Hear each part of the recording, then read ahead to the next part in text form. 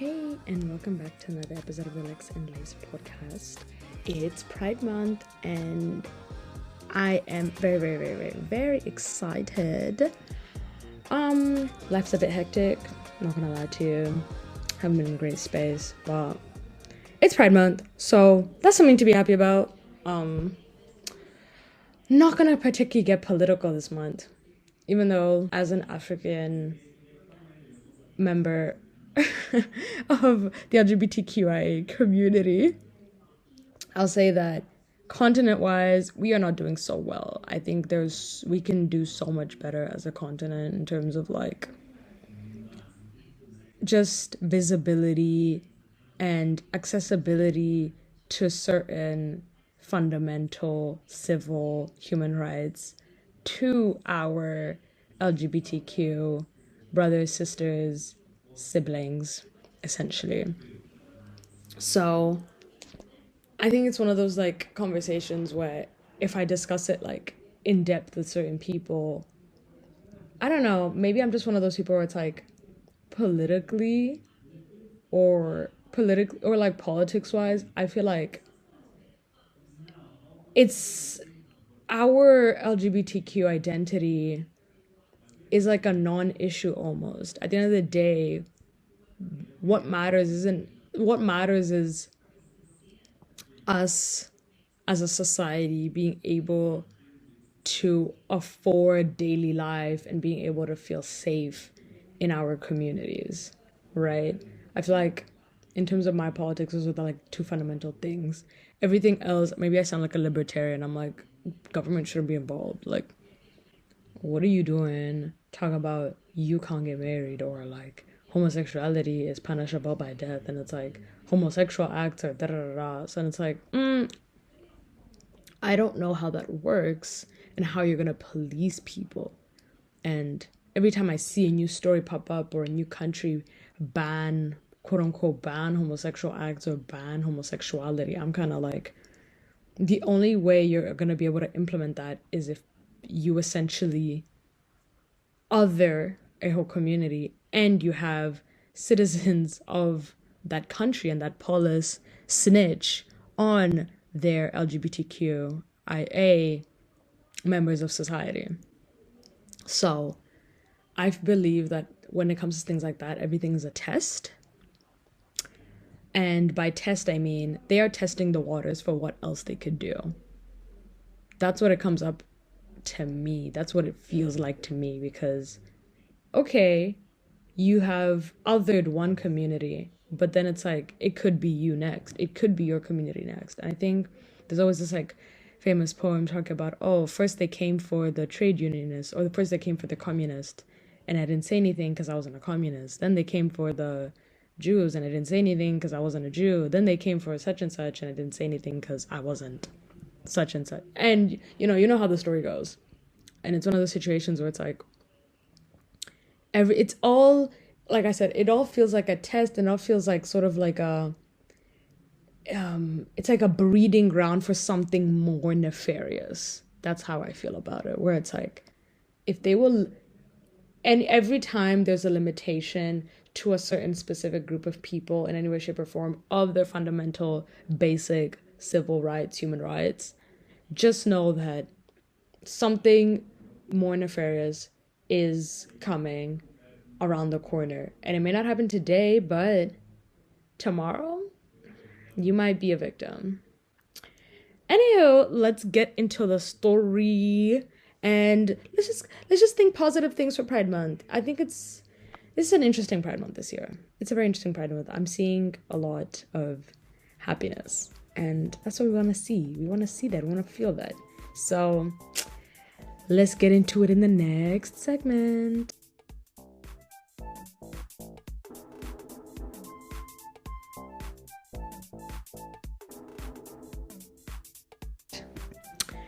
And we're back.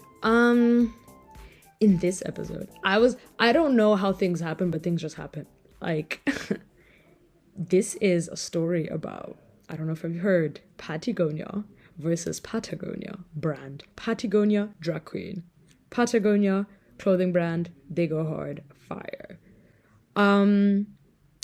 And it's a trademark case. So it's like law plus pride. Oh, everything is perfect. It's like such a great setup from just such a good setup for like for Pride Month, especially for like all of the like Pride related episodes are going to be releasing this month. So I'm very happy about this. I'm very excited. I mean, I can't say I'm happy. I'm not happy because it's a lawsuit, because that's always like not great. But I'm happy that I'm able to talk about it. Anywho, what is the situation? Okay. So, Pattie Gonia, real name Win Wiley, is a drag queen and climate activist who started this drag name in 2018. And over that time, they have amassed over 2 million followers across platforms such as TikTok and Instagram. And they've raised nearly $4 million from, I guess, the activism that they do for environmental and LGBTQ nonprofits. And as part of their activism, recently they hiked 100 miles in full drags from Point Reyes to San Francisco, raising $1 million. And alongside that, they have been recognized by Time magazine as the 2024 Next Generation Leader and 2025 Most Influential Creator. So, as we can see, Pattie Gonia, or Win Wiley, has established themselves and made a name for themselves as this drag queen for the purpose of activism and awareness for both environmental and LGBTQ plus, let's say, activities and charity and issues, right? So that's one thing. The other side, we have Patagonia. Patagonia is an outdoor apparel brand founded by Yvonne Chouinard. It was originally named Chouinard Equipment, but apparently they renamed the brand Patagonia after they visited on a quote-unquote transformative trip with, surprisingly, their rival, Doug Tompkins, who is the founder of North Face. I love how all these people hang out and then they're like, you know what? I'm gonna create a brand. Oh, me too. And it's like, huh? Pardon? And in 2022, Chouinard gave the company away to a trust and nonprofit, declaring that Earth is now our only shareholder. And their mission statement has been that we are in the business to save our home planet. Right. One thing about Patagonia, though, like, I have this gorgeous, like, I don't know how to describe it, but it's this gorgeous jacket that apparently was inspired by like a toilet sheet cushion cover, because it's like super soft and it like kind of feels like furry and stuff, and it's super cute. And lol, not me saying that this is like a billionaire we can stand, but essentially Yvonne is a billionaire that we can stand because they do really good work and they're quite ethical for the most part. So this is even surprising to me. Anywho, so those are our two parties. So we have Patagonia, Win Wiley, and we also have Patagonia. Just making sure that there's a distinction there.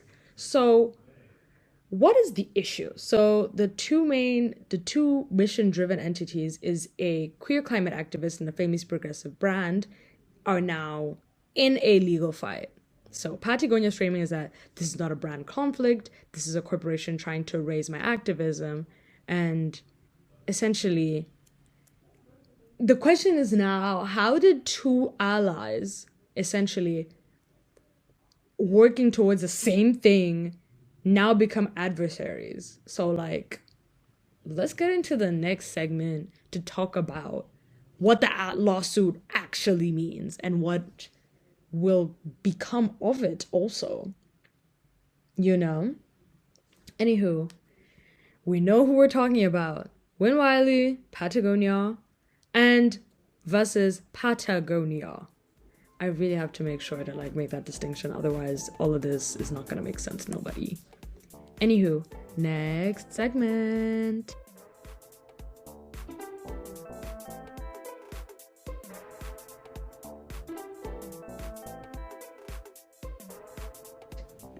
And we're back.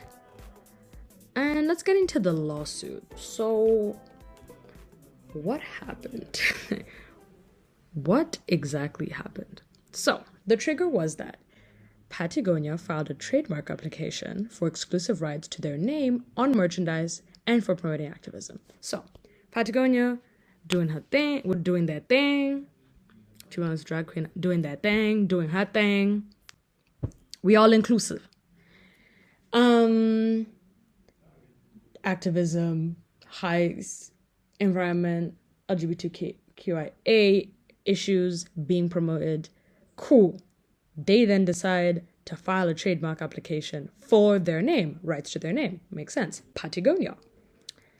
So, what then ended up happening, that was September 2024. What then ended up happening was that on January 21st, in federal court in LA, Patagonia sued for trademark infringement and federal dilution of its famous mark. And they sued them for $1 in damages plus attorney's fees, plus an order blocking Patagonia from using the trademark. Because I guess what they're arguing is that there's going to be like confusion for consumers, if that makes sense, over the similar sort of designs. And I think beforehand it was a thing where it's like, oh, okay, you are doing activism, but now you're trying to promote merchandise under your drag name.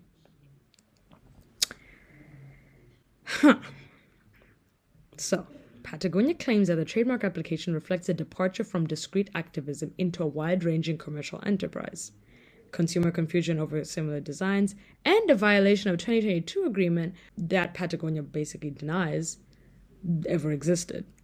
Patagonia's defense is, I have never used their logo, font, or anything from their brand on their merchandise or on their website. And they argue that the lawsuit cherry picks a few examples of a playful parody and fan art.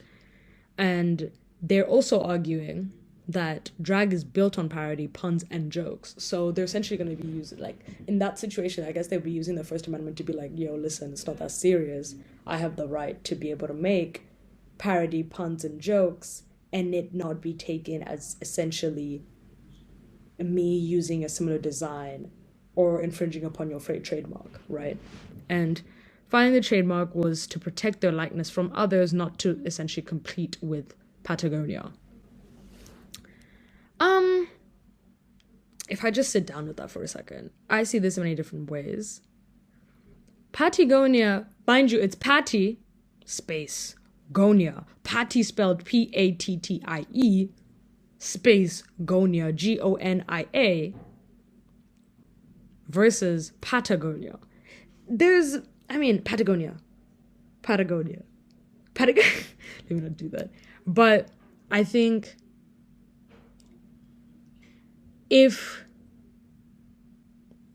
I'm thinking about it from the lens of the reasonable person and whether the reasonable person would potentially be confused if they were a consumer. But also, if we even just think about it in terms of branding and merchandising, if I even just pull up their website in this moment, I highly doubt that there would be similarities. So I did that. I pulled up both of their websites. Mind you, Pattie's merch is sold out, so we can't even see the merch, my guy. Anywho, on their website. But also, their website is called patagonia.net, and then Patagonia's website is patagonia.com. And then obviously regionally there's a difference in all of them. But it's clearly there's a big distinction between the two. So again, I'm trying to think about it from the perspective of also, when you go on their website, you can tell that this ain't no clothing brand, bruh. Please be for real. So I don't know. It's one of those situations where you have to thinking about it from a legal mind, you're maybe somebody your average person would get confused, but it's even the merch that they make is not in any way, shape, or form similar to any of Patagonia's designs. What they make t-shirts. cool. They make t-shirts, but it's like the t-shirts very specifically and very clearly have like Patagonia Hiking Club, or like, what does it say? Hey, this isn't rocket science, or like, oh, this is rocket science in relation to like how you get gaslit. Oh, and then they have like a parody sticker, but like that's a parody sticker that they made. It's not something that they're selling. Huh. From a legal standpoint, I understand Patagonia's concern and how it's like, listen, before you were doing activism, so we didn't come for you. But now you're making merch and you got a website and all these different things. Yeah, it seems like you're infringing upon our trademark a little bit too much. But I don't know. I guess the stakes in all of this is that they're asking for $1 in damages plus attorney's fees. And it's like, oh, these legal fees could exceed $1 million. And that's why Patty's sort of like fighting back and being like, listen, this lawsuit is essentially the erasure of my name, my advocacy, my community, and everything, and everybody that I employ. They're essentially being like, listen, this is a big corporation coming at a very small fish in a very big pond, that they're just trying to like essentially erase me and like put me out of business, bankrupt me essentially through this lawsuit, right? And Patagonia's legal justification is that it must enforce its trademarks universally, even against allies, or risk losing the ability to stop the oil and gas lobbyists, counterfeiters, and hate groups. Girl, this ain't no counterfeiter. And they even say, quote, these are not hypothetical examples. These are real instances of past infringements we stopped only because we've been consistent. Mind you, all of my sources are The Guardian, Forbes, and Time Magazine. That's where I have gathered all of this information. And even, I was going to read the New York Times, but then I said, anywho, if you know, you know. Even when I was like looking through a bunch of other articles and just trying to find the best one that sort of like made the most sense in my head, and I could basically like easily digest it and like tell it to an audience, it was interesting to see that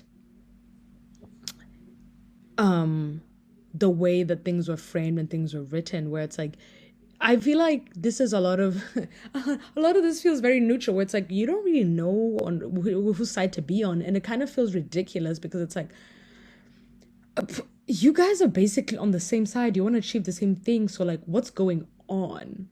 And I think that's what I'm also struggling with. It's kind of like, wait a minute, you guys basically have the same mission. Listen, I'm just throwing this out there, but it may be a reason as to why when Wiley decided to name themselves as Patagonia in the first place, due to the fact that the mission that Patagonia has is something that like maybe that they admire. But I don't understand why they're coming so hard at this drag queen. You know what I mean? And even, and I quote, they're saying that was January. Now it's kind of like the two sides have just like hit a wall, you know? It's like, how are we doing this? Like, what's really going on? You know what I mean? But let's explore that in the next segment.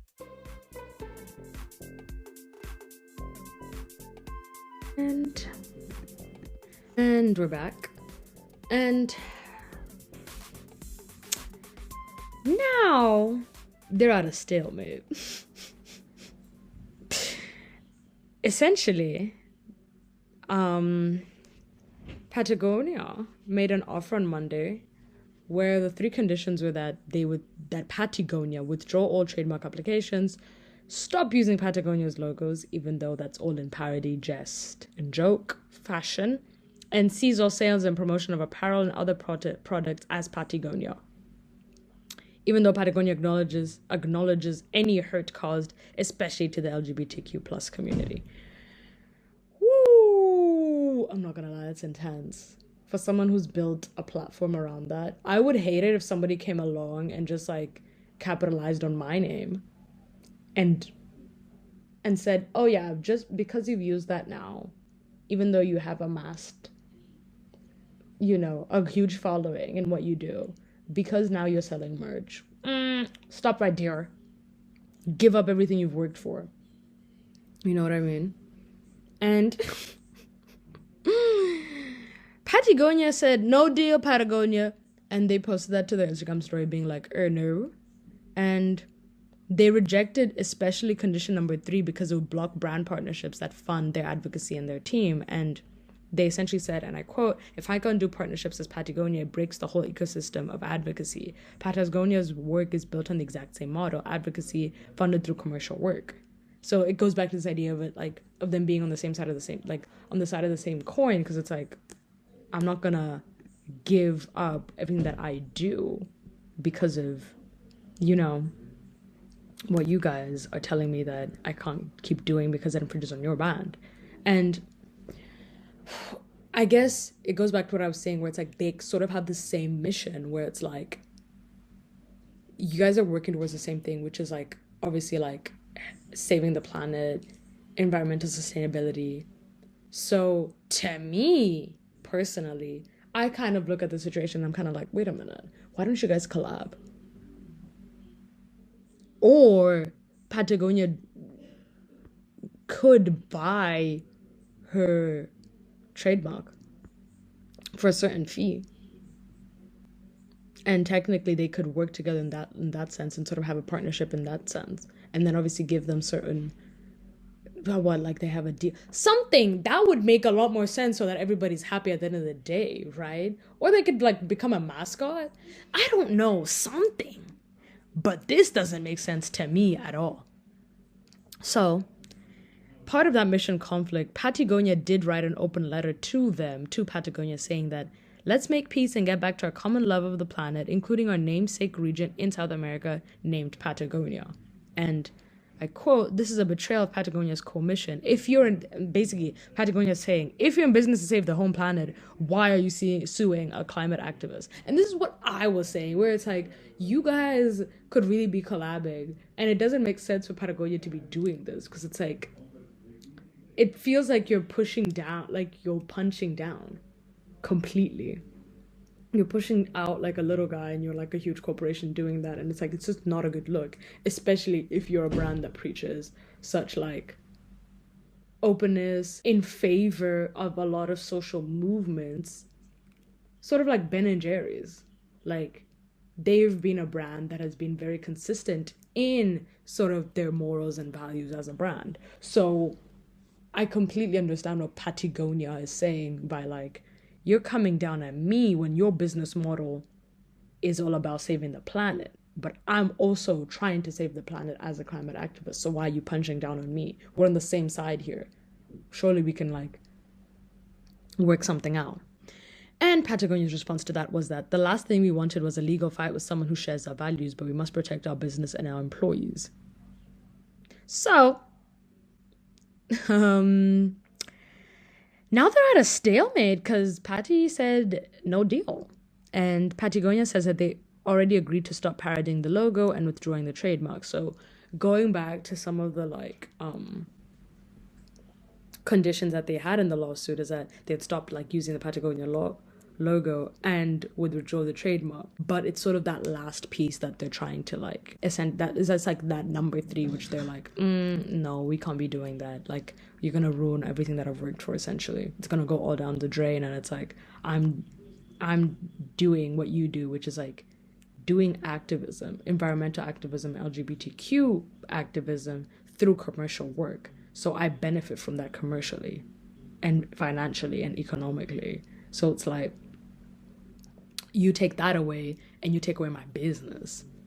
I'm not going to give up my business. Same way that Patagonia wouldn't give up their business.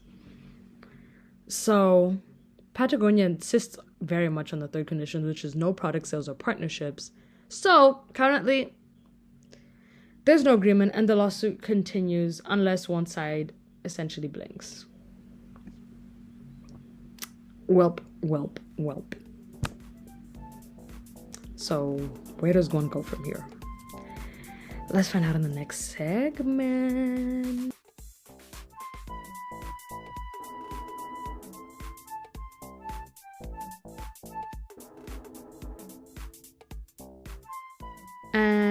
And we're back. And I want to say thank you for listening. You know, I always love the listener. I always enjoy, and I always am super like happy and super grateful for everybody who's like supported me.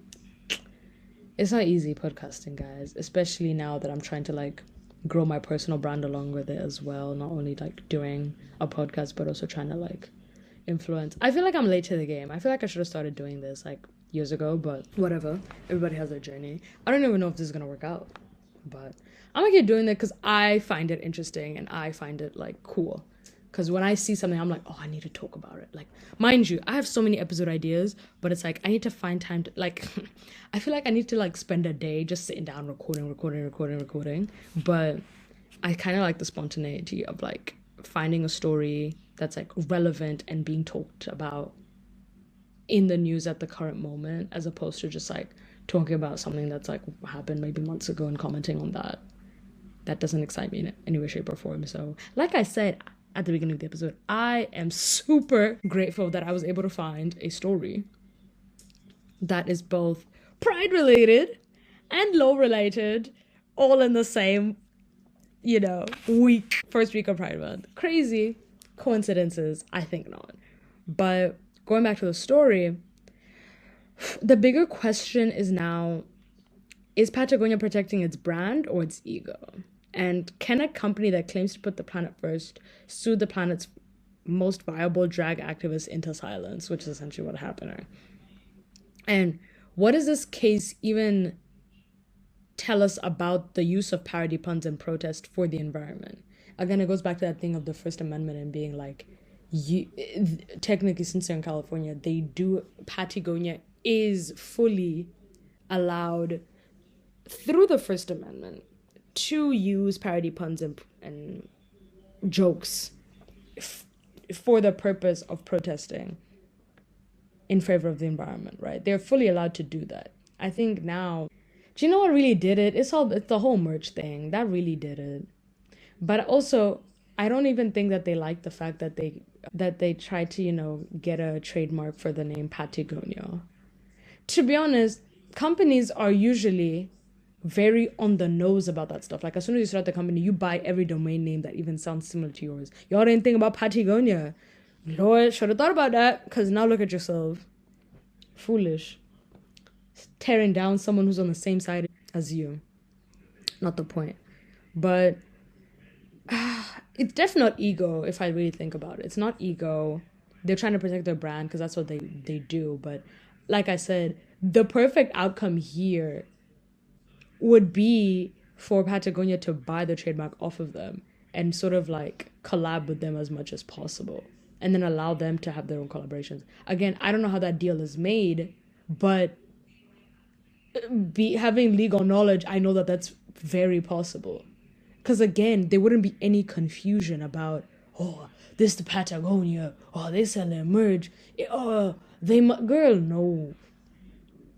Girl, no. Also, I feel like Patagonia is quite niche. I feel like it's a niche brand. It's not North Face, that's for sure. Niche. So it's like, unless they know you, they know you. But it's like, doesn't seem like they know you that much, like, personally. It's like, I don't even know how to, like, even think about it. But, like, it's a niche thing. Like, no one is really, like, out here, like, oh, we need to do this, and oh, they're gonna get confused and shit. And it's like, no, they're not. It's kind of like Scarpa. Like, Scarpa is a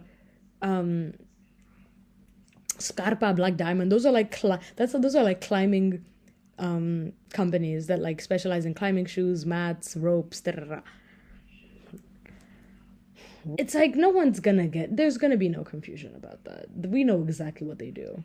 We know that Patagonia is specifically an outdoorsy brand, but it ain't no North Face. I don't know. Have you ever heard?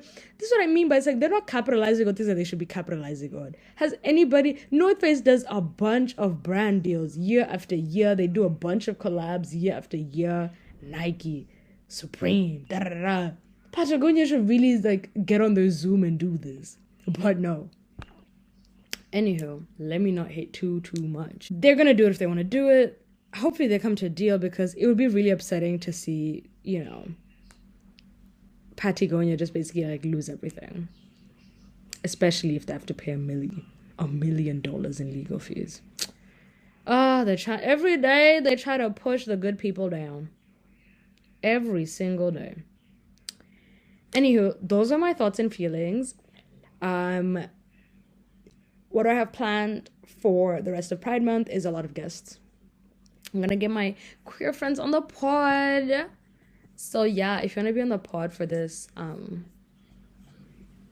month, please let me know. Especially if you're queer. I'm giving priority to my queer friends, which is like most of my friends. So that's the funny part. Anywho, us queer stick together. Shout out Patagonia.